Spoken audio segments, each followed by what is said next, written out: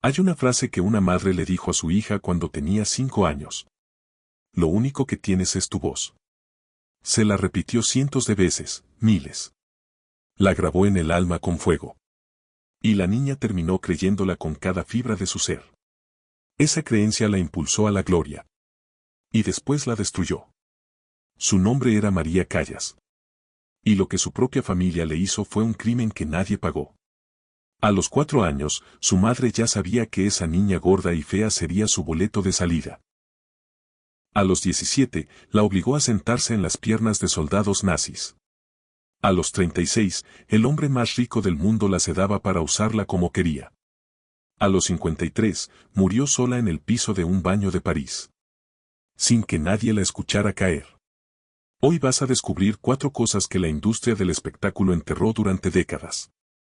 Primero, las cartas donde María nombra uno por uno a los hombres que abusaron de ella, empezando por su propia madre.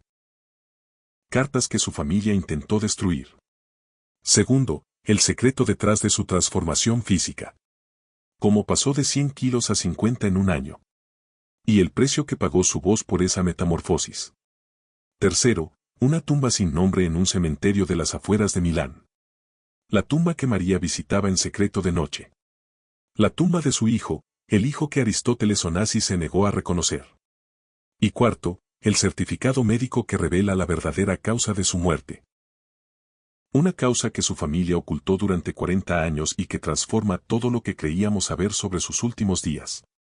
Guarda esta frase porque va a aparecer varias veces, lo único que tienes es tu voz. Es la mentira más cruel que le contaron. Y tardó toda una vida en descubrirlo. Nueva York. 2 de diciembre de 1923. Una pareja de inmigrantes griegos espera el resultado de un parto difícil. Evangelia Dimitriadis aprieta las sábanas con los nudillos blancos. Lleva 9 meses rezando por un varón. Un hijo que reemplace al que perdió 2 años antes. Vasili, su niño de 2 años, muerto de meningitis. El dolor que nunca superó. El parto termina. La enfermera le acerca al bebé. Es niña. Evangelia ni siquiera la mira. Se voltea hacia la pared. Cierra los ojos. Pasan 4 días. 4 días completos. Y esa recién nacida sigue sin nombre. Existe sin identidad. Como si el universo entero supiera que no era bienvenida. Finalmente, por presión del hospital, la llaman María Ana Cecilia Sofía Kalogeropoulo. Un nombre demasiado largo para una niña que nadie quería cargar. Sus padres ni siquiera fueron a registrarla personalmente. Mandaron a un conocido. El primer acto oficial de la vida de María Callas fue el rechazo absoluto de quienes debían amarla. Los psicólogos llaman a esto herida de abandono primario. Es el tipo de trauma que se graba en el sistema nervioso antes de que existan las palabras para describirlo. El tipo de herida que nunca sana. Y esa herida nunca cerró. Persiguió a María cada día de su vida.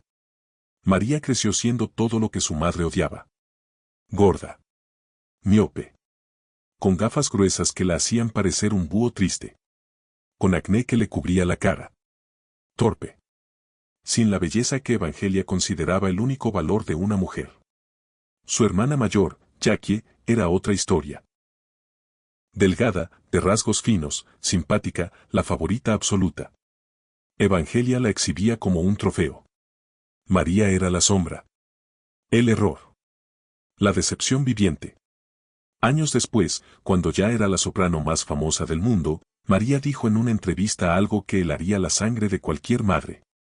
Mi hermana era delgada, bonita y simpática. Mi madre siempre la prefería. Yo era el patito feo. Es cruel hacer que una niña se sienta fea y no deseada. Imagina eso. Una mujer en la cima de su carrera recordando con dolor el rechazo de su infancia. La herida seguía abierta. Nunca sanó. Pero cuando María tenía 4 años, Evangelia descubrió algo. La niña cantaba. Y su voz no era normal. Era un torrente. Un fenómeno. Algo que ningún profesor de música había escuchado en décadas. Y aquí es donde la historia da el giro que explica todo lo que viene después.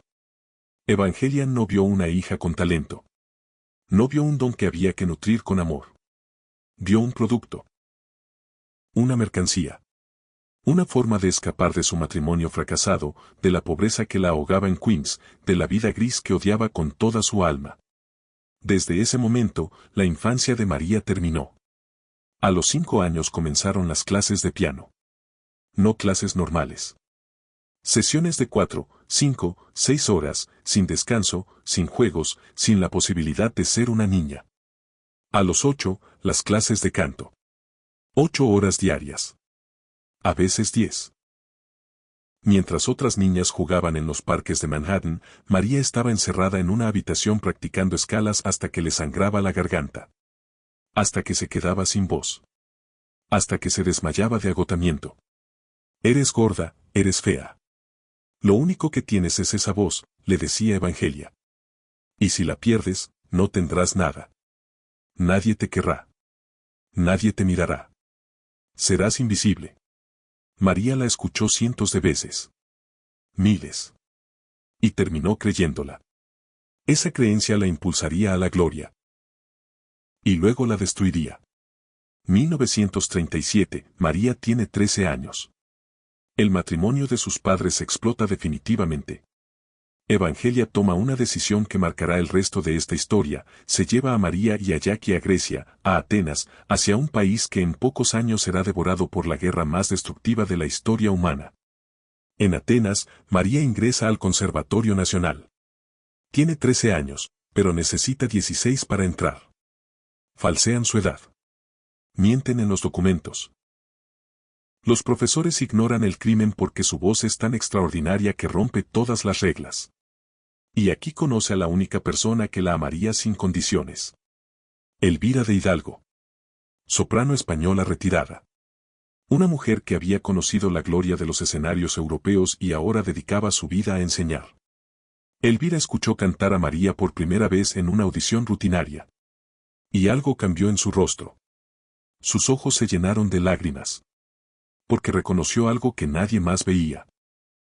Una niña rota, hambrienta de amor, con un don sobrenatural que el mundo aún no merecía. Elvira le enseñó técnica vocal, el arte del bel canto italiano. Le enseñó a moverse con elegancia, a interpretar con el cuerpo además de con la garganta. Pero sobre todo le dio algo que María nunca había tenido. Afecto sin condiciones. María siempre la llamó su madre artística. Porque la biológica solo la veía como una inversión.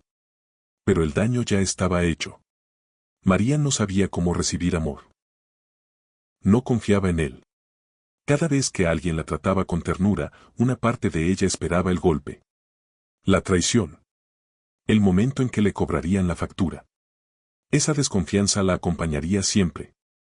Y la haría vulnerable a hombres que sabían exactamente cómo explotar sus heridas. 1940, los ejércitos fascistas de Mussolini invaden Grecia. Hitler completa la ocupación meses después. María tiene 17 años. Está atrapada en un país destrozado por la guerra. Sin comida. Sin dinero. Sin forma de escapar. Y aquí llegamos a la primera revelación. Suscríbete al canal antes de que te cuente lo que Evangelia la obligó a hacer para sobrevivir. Activa la campana. Porque lo que viene cambia todo. Sigamos. Existen cartas.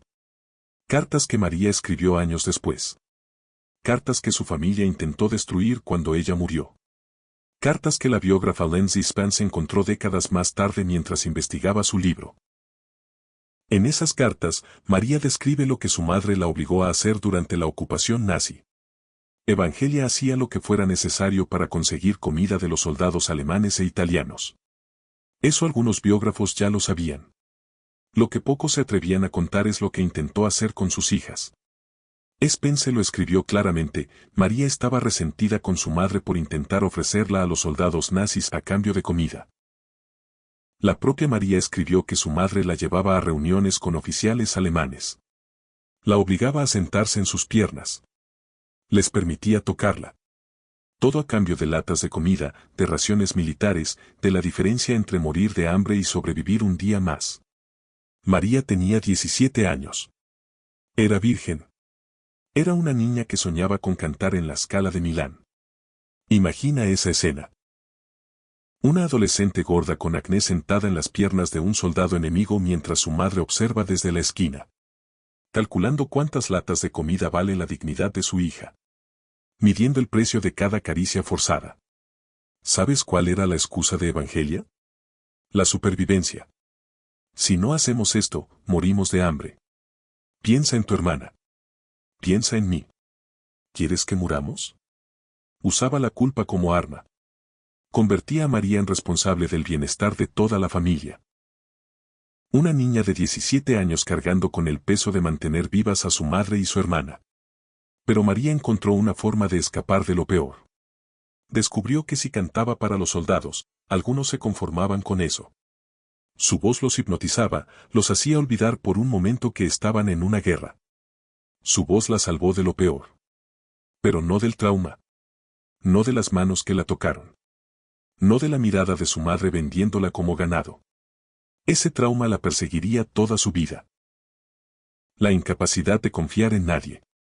La necesidad desesperada de que alguien la amara de verdad. La certeza de que su cuerpo era una mercancía que otros podían usar. 1945, la guerra termina.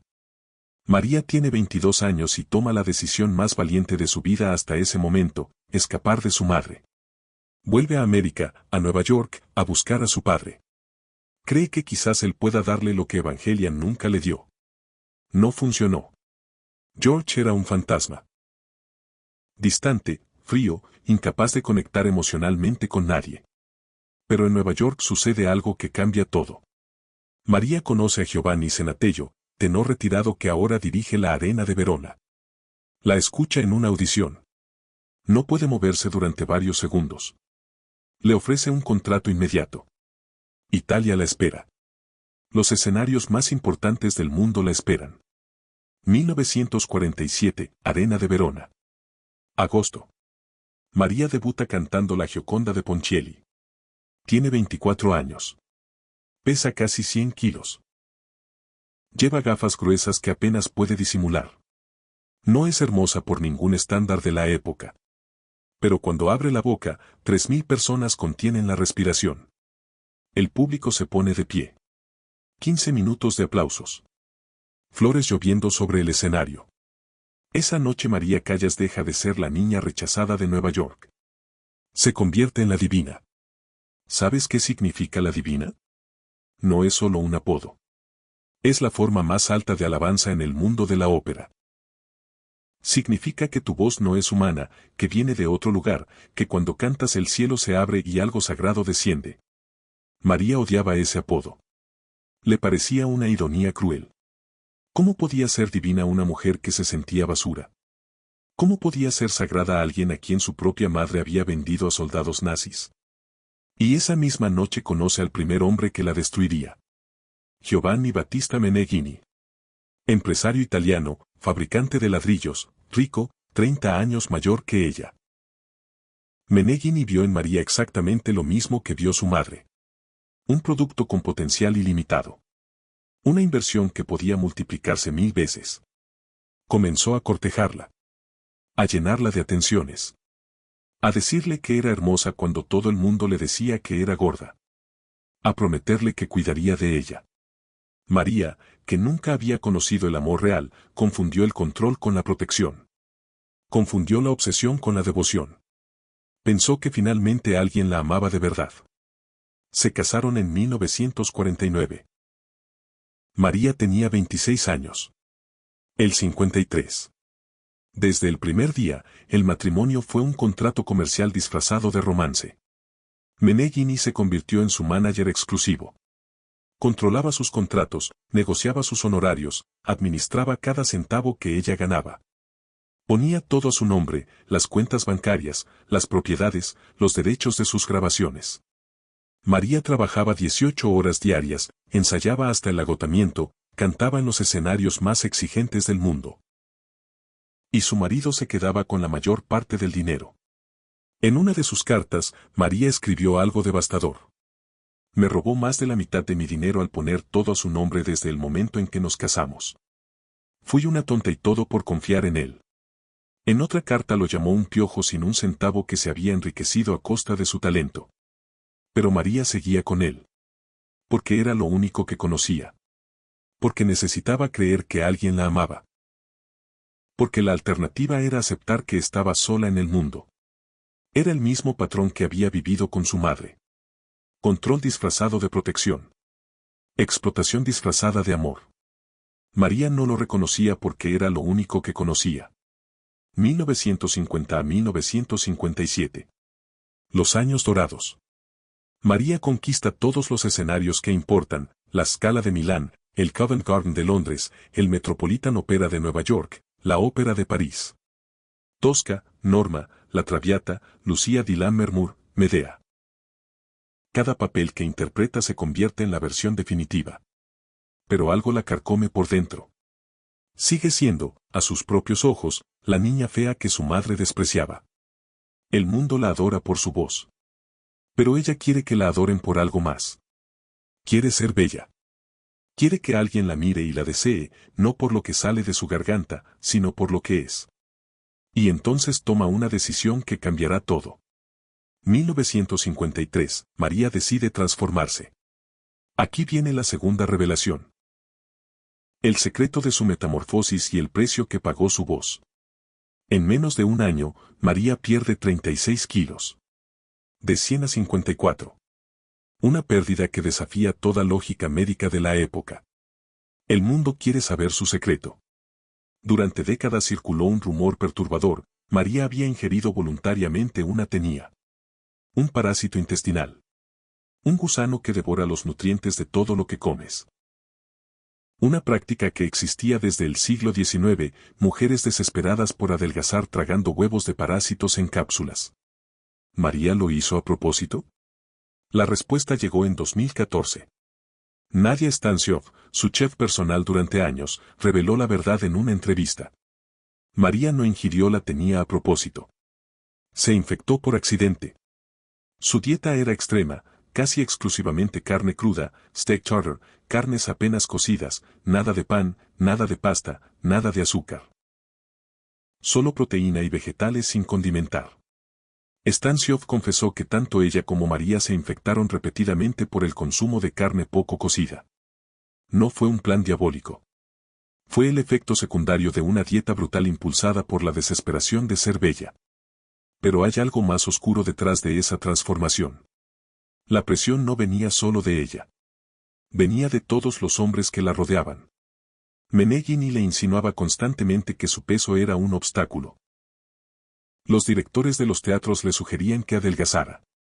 La industria entera le repetía el mismo mensaje que su madre le había grabado en el alma. Eres gorda, eres fea, lo único que tienes es tu voz. María adelgazó para que la amaran. Para demostrar que era algo más que una garganta prodigiosa. Y algo se rompió en el proceso. Muchos expertos creen que la pérdida extrema de peso dañó permanentemente su voz. Los músculos que sostenían su instrumento se debilitaron. La resonancia cambió.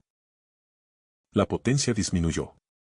Las notas agudas que antes salían sin esfuerzo empezaron a costarle. María sacrificó parte de su don para ser amada. Cambió su voz por la posibilidad de que alguien la mirara con deseo. Lo único que tienes es tu voz. Pues María eligió arriesgar lo único que tenía. Para obtener lo único que quería, amor. Y la ironía es brutal. Adelgazó para ser amada. Y efectivamente alguien la notó. Alguien poderoso. Alguien que la destruiría con más precisión que cualquier parásito intestinal. 1957, 3 de septiembre. Hotel Danieli, Venecia. Un baile de máscaras organizado por Elsa Maxwell, la periodista más influyente de la alta sociedad. María tiene 33 años. Es la mujer más famosa del mundo de la ópera. Y está a punto de conocer al hombre que la destruirá definitivamente. Aristóteles, Sócrates, Onassis. El hombre más rico de Grecia. Uno de los 10 más ricos del planeta. Dueño de una flota de petroleros que cruzan todos los océanos. Casado. Coleccionista obsesivo de mujeres famosas. Esa noche, en ese hotel veneciano lleno de máscaras y champaña, Onassis miró a María y supo que la quería. No porque la amara. No porque su voz lo conmoviera, sino porque ella era el trofeo más codiciado del mundo. Y él coleccionaba trofeos. María, que llevaba toda su vida buscando amor verdadero, confundió la obsesión de un depredador con devoción genuina. Vio en sus ojos algo que interpretó como adoración. Era hambre. Pero ella no sabía distinguir. 1959, verano. Onassis lanza su jugada maestra. Invita a María y a Meneghini a un crucero en su yate privado, el Cristina. 115 metros de largo. Piscina. Cine privado. Arte de museos en las paredes. Los taburetes del bar forrados con piel de ballena. Las barandillas de oro. María nunca había visto nada igual. Después de una infancia de hambre en la Grecia ocupada, ese yate era como un sueño del que no quería despertar. Y Onassis lo sabía. Usó el lujo como arma de seducción. Te daré todo esto, le susurraba. Solo tienes que amarme. María no entendía que era una transacción. Que Onassis no regalaba nada. Que todo tenía un precio. Un precio que ella pagaría con su carrera, su salud y su cordura. Durante 3 semanas flotando por el Mediterráneo, Onassis sedujo a María delante de todos. Delante de su propia esposa. Delante del esposo de María. Delante de Winston Churchill. No le importó. El escándalo lo excitaba. Y una noche, mientras los demás dormían, consumaron su relación en un camarote del Cristina.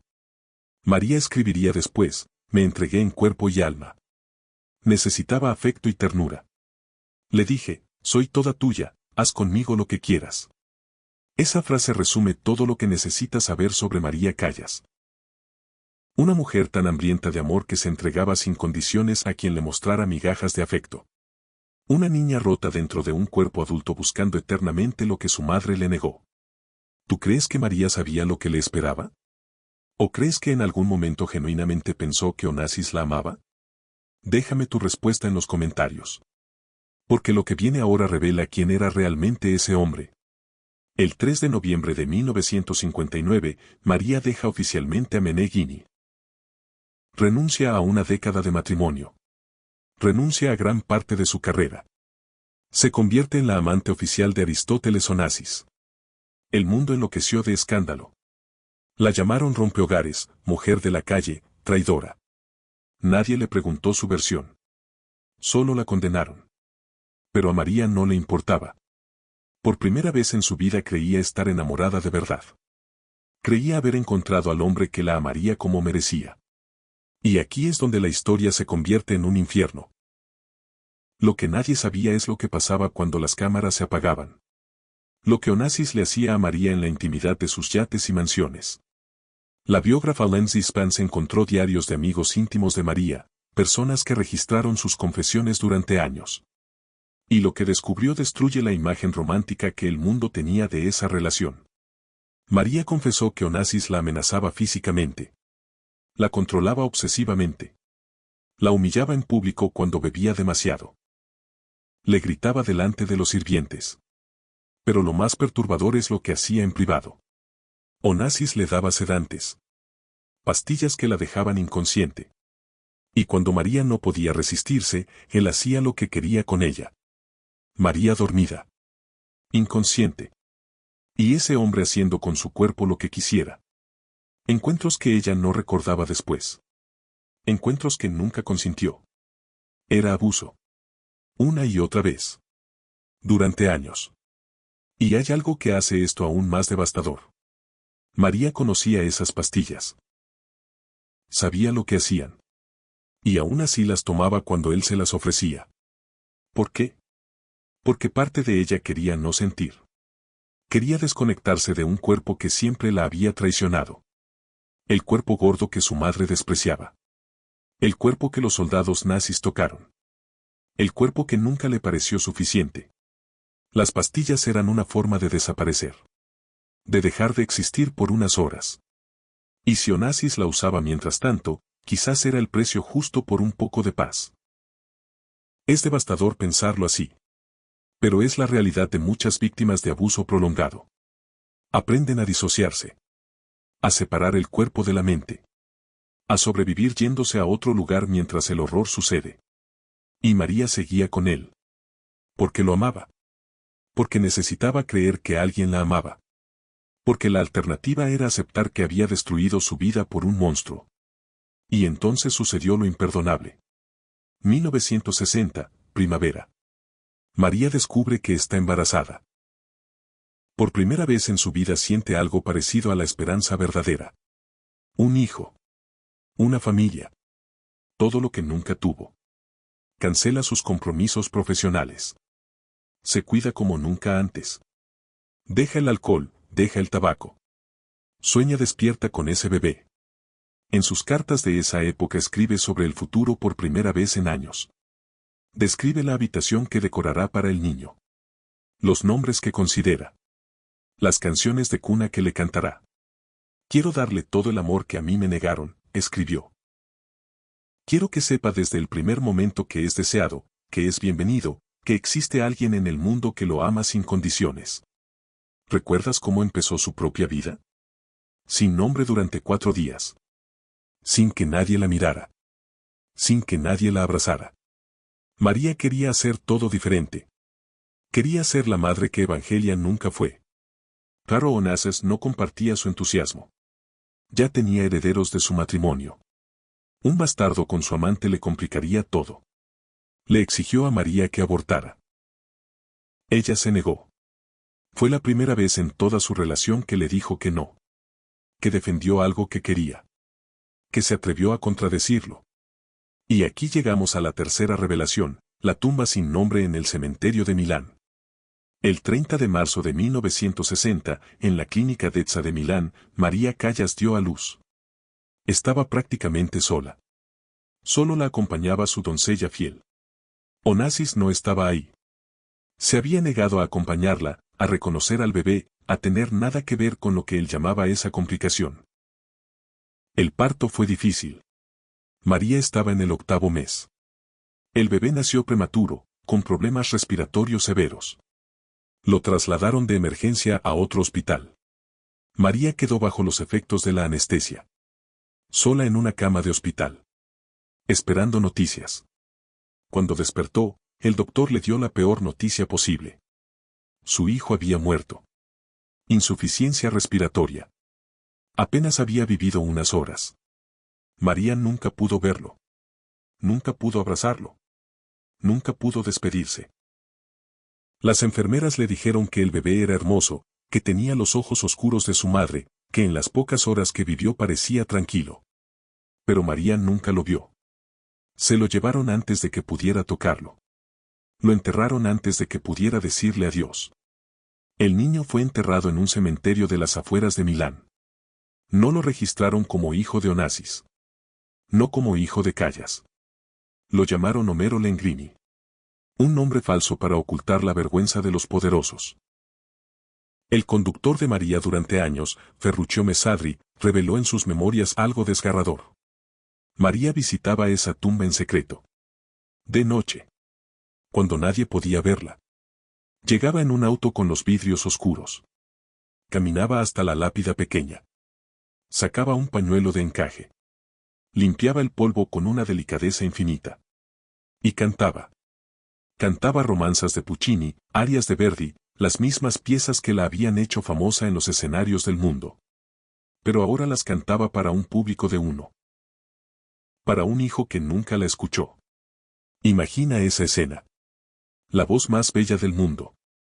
En un cementerio oscuro de las afueras de Milán. Cantándole a una tumba que ni siquiera llevaba su nombre. Años después, cuando María le recriminó lo sucedido, Onassis le respondió con una crueldad que solo un monstruo puede tener. Eso que llevabas en el vientre era un bastardo. No me hagas responsable de tu mala suerte. Un bastardo. Así llamó a su propio hijo.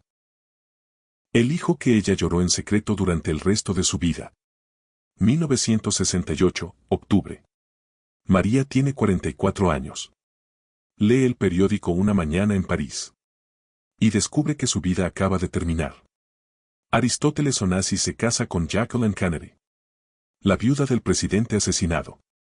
El símbolo de la elegancia americana. La mujer más famosa del mundo occidental. Onassis no le avisó. No la llamó.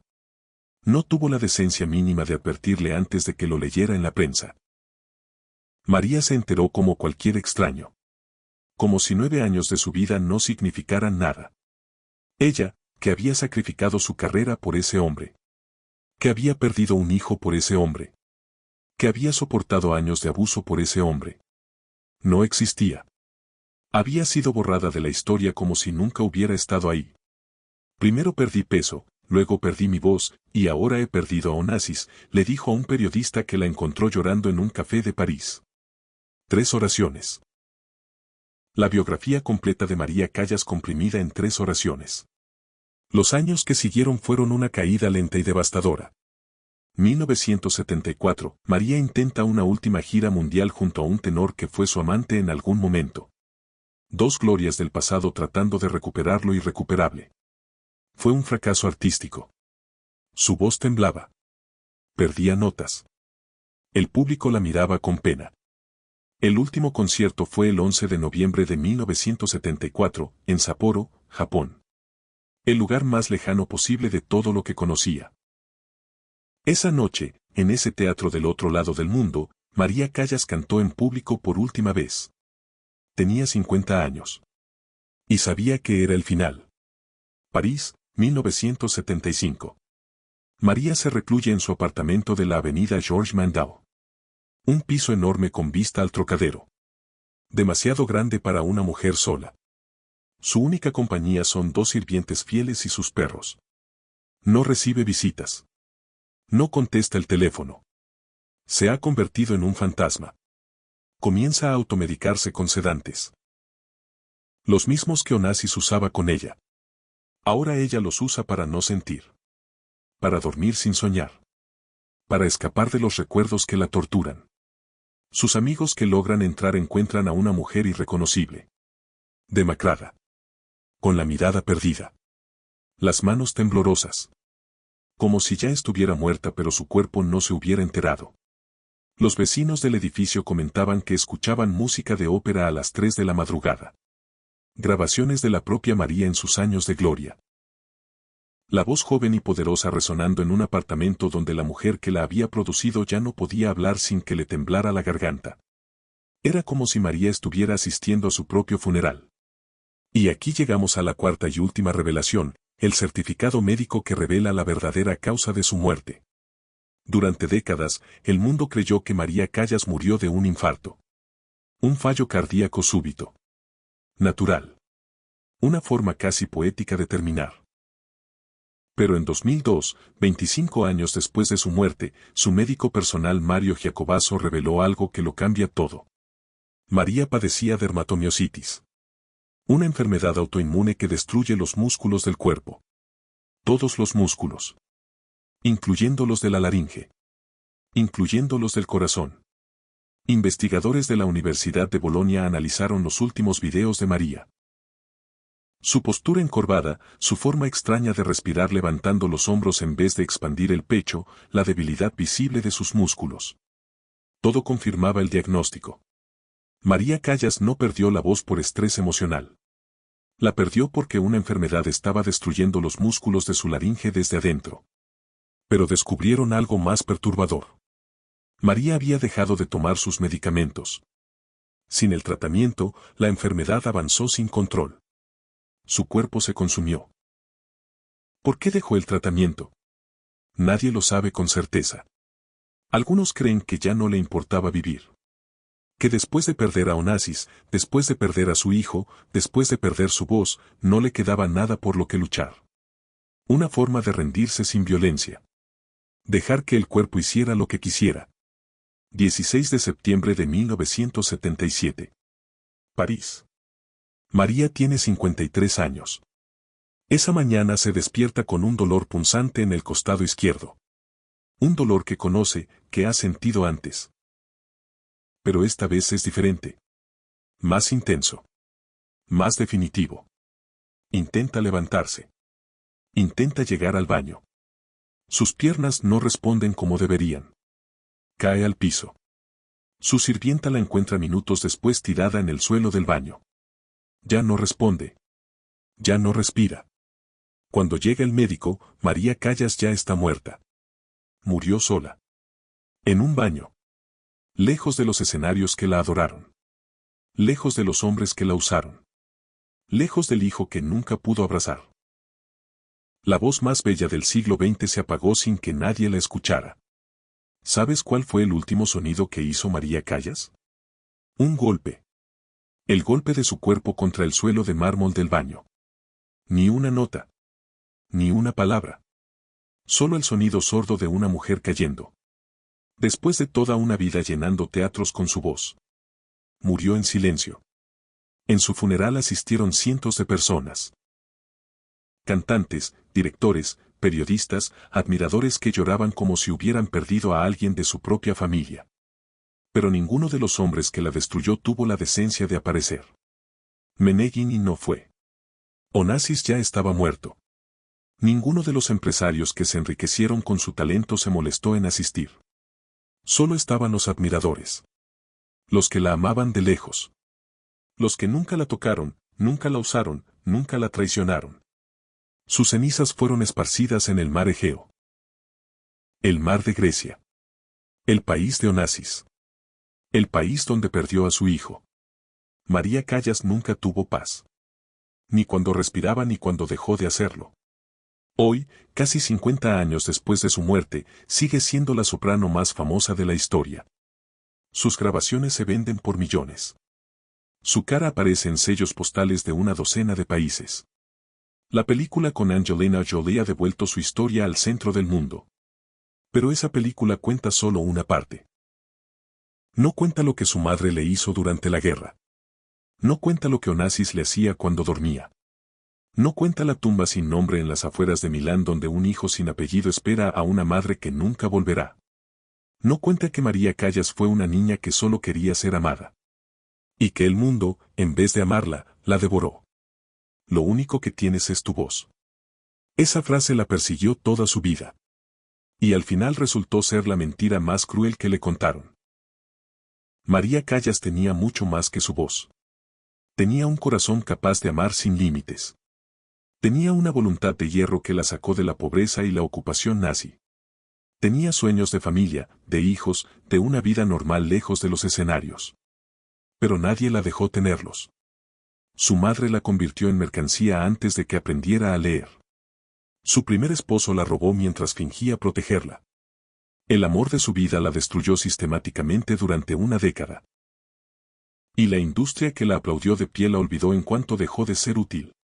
María Callas fue la voz del siglo XX. Y la víctima del siglo XX. Preferimos adorar a los ídolos que proteger a los humanos. Es más fácil aplaudir que ayudar. El talento nos ciega al sufrimiento. María merecía amor. Merecía protección. Merecía una infancia. Merecía un hijo que creciera y la llamara mamá. No tuvo nada de eso. Nadie se lo dio. Si esta historia te llegó de verdad, no te la quedes solo para ti. Compártela con alguien que la necesite escuchar hoy. Con alguien que también sepa lo que es buscar amor y encontrar solo uso. Y suscríbete al canal. La próxima semana viene Judy Garland. La otra niña que un sistema diseñado para devorar mujeres destruyó. La que cantaba Over the Rainbow mientras su madre la alimentaba con anfetaminas para que no durmiera. La que murió en un baño de Londres igual que María murió en un baño de París. 2 divas. 2 continentes. 2 baños solitarios. Un sistema que no ha cambiado tanto como creemos.